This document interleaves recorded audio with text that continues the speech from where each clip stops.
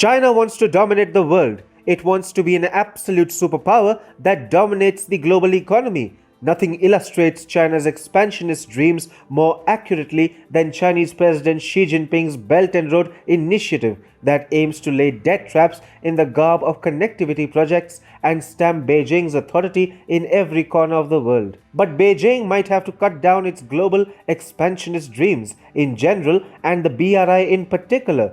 For decades, China's economy was growing at a stunning pace, allowing the paper dragon to harbor superpower and expansionist ambitions. But according to a South China Morning Post report, Xi Jinping's populist rule has led to an economic slowdown in China, coupled with a drastic rise in domestic debt. Simply put, Beijing has lost the capacity to finance its global domination dreams.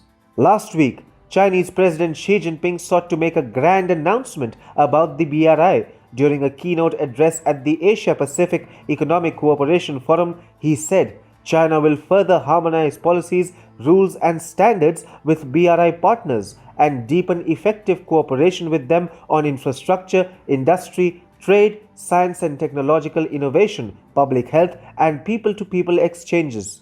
At this point, it must be kept in mind that China had originally conceptualized the BRI, or what was earlier known as One Belt, One Road, as a regional connectivity plan.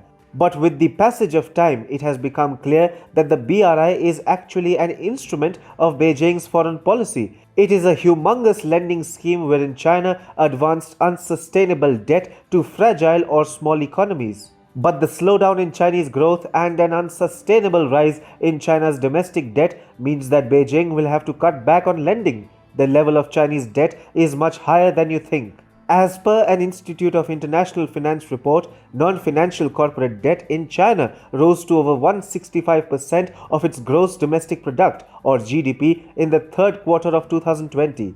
The debt stood at 150% of China's GDP in the same quarter last year.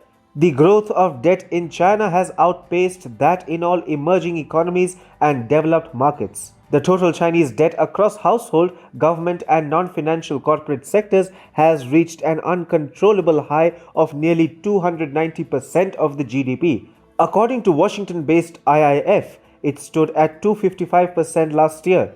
Alcia Garcia Herrero, chief economist for Asia Pacific at French financial firm Natixis, said, China will need to be more selective in the projects it can finance, especially in emerging economies. BRI countries in the midst of major infrastructure projects and also indebted due to them may no longer find the resources available to continue with these projects. A significant decline in China's Belt and Road activity is already visible. This year, the number of new contracts signed by Chinese firms in the first 9 months in 61 countries along the Belt and Road has shrunk by 29% compared to last year. The value of contracts signed by Chinese firms has also gone down by 17.5% year on year.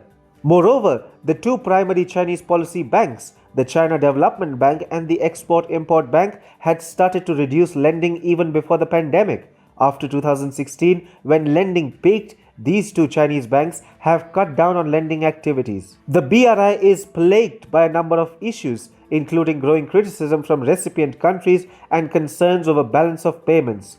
Beijing has thus directed its lenders to be more selective in Belt and Road financing. Xi Jinping's BRI is thus in deep trouble as China's domestic debt crisis gets the better of the Chinese Communist Party.